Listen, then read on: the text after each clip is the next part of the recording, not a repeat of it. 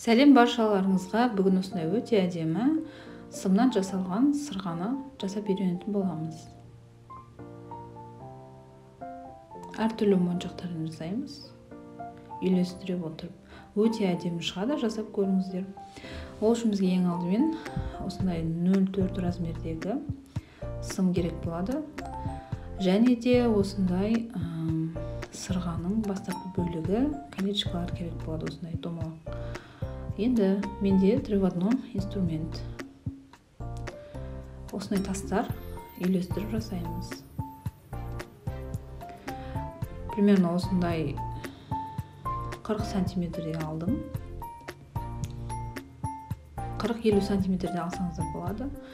Мен капля деп айтылады бұл. Бастапқы бөлігіне осылай бұрып аламыз. Әдемі көріну үшін мен осы тасты алдым біріншіден. Бір ерекшелігі, мен бұл жердегі тастарды бір штуктан пайдаланамын әрқайсынан.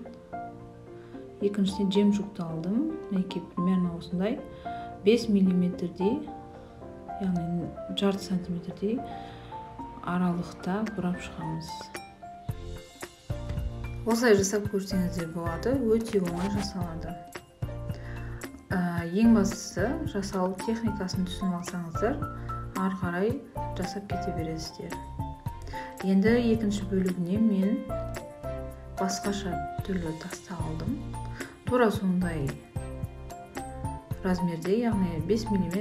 Енді сіздер жобаларыңызды қарайсыздар, примерно сондай 5, 6, 7 деген сияқты. Ортаңғы жағына мен осындай түсті, яғни бесцветный жылтыр түсін алдым. Қазір алдыңғы жағына бұраймын. Мінекей ортасына, екі тастың ортаңғы бөлігіне. Енді сәл бұраймын да, осылай шықты. Қараңыздар. Енді сәл бұрадым.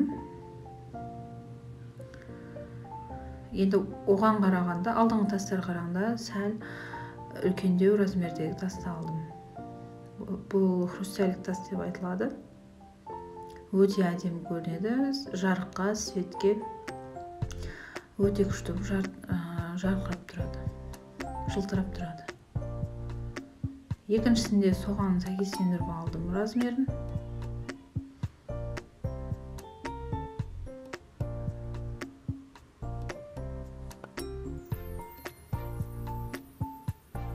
Бұлардың да екі тастың да ортасына тағы да тас орналастырамыз. Бұл жол сәл үлкендеу болды алдыңғысына қарағанда.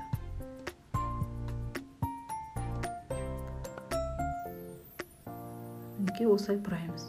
Бұл техниканы үйреніп алсаңыздар, гребен, диадема деген сияқты шашқа тағатын бұйымдар тура осы техникамен жасалады. Менің YouTube каналымда бар, қалай жасау жолы, гребенді, соны көрсеңіздер болады. Енді үлкен размерде жемшукты кішкене бұрап аламыз. Одан кейін соған сәйкес үлкен размердегі тасты алдым.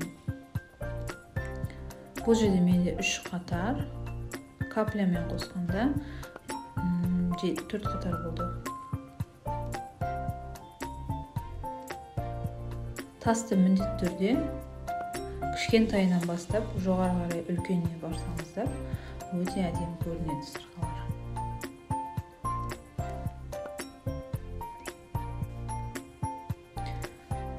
Осылай әдемі көрінеді.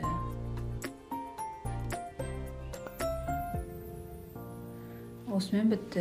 Енді бізде колечканы қалай қыстырам, соны көрсетемін.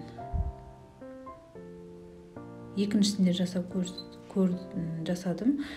Бұл жерде қарасаңыздар симметрична кеп тұр. Яғни ақ жемшукты сіздер оң жаққа жасасаңыздар, ендігі екінші парасын керісінше сол жаққа қарап жасайсыздар.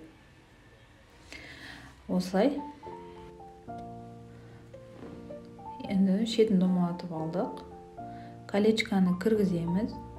Бұл колечко сырғамен, основасымен сырғаның құлаққа тағатын жағын, яғни осыны бір-біріне байланыстырып тұрады.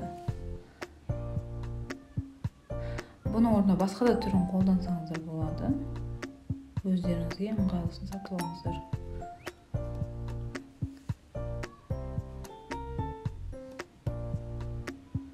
Осылай орнына келтіріп қойдық, қысып. Осылай жасаймыз. Неге сырғамыз дайын болды. Достар, егерде осындай бұйым түрлерін жасап үйренгіңіз келсе, ең алдымен маған тіркелуді ұмытпаңыздар. Көптеп видео шығатын болады. Күтіңіздер.